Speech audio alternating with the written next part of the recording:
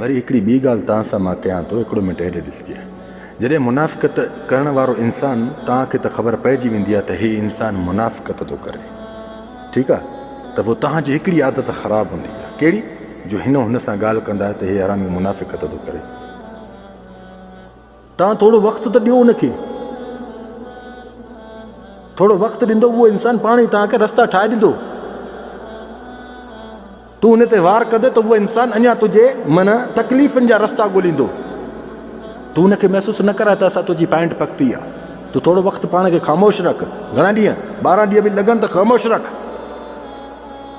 रस्तो अहिड़ो ठाहे ॾींदई, रस्तो माना सम्झे थो न, हो तोखे अहिड़ो राज़ ॾेई विझंदो पंहिंजो जो पाण बाद में कमज़ोर थी वेंदो, तोखे अज़ियत न ॾींदो।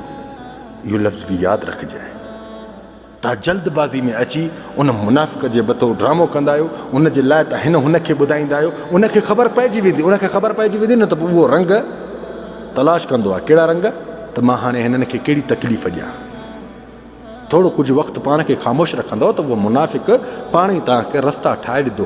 रस्तो ठाहे ॾींदव न त पोइ तव्हांजो उन वक़्तु फ़र्ज़ु आहे त हमिलो कयो। हमिलो कीअं माना सम्झो था न? हमिलो कीअं? जॾहिं हिकिड़ो रस्तो ठाहे ॾींदव न त उन में सभु पंहिंजो राज़ ॾेई वेंदव, अहिड़ो क़ीमती राज़ ॾेई वेंदई, बाद में मुनाफ़िक़त मरंदो मरी वेंदो, तोसां न कंदो, ॿियनि सां कंदो। थोरो पाण खे ख़ामोश रखो मुंहिंजा सोणा। जॾहिं मुनाफ़िक़त ॾिसो हिकिड़ी ज़ाहिर थिएव थी न त सबर, रंग जल्दी ज़ाहिर ईंदो, रंग जल्दी ज़ाहिर थींदई, सबर। उनखे तकड़ बि महसूसु न कराए त तूं मुनाफ़िक़त थो करे, तूं हराम पाई थो करे, तूं चापलूसी थो करे, तूं चमचागिरी थो करे, तूं चुगलीखोरी थो करे। थोरो वक़्तु ॾे, वक़्तु ॾे थोरो।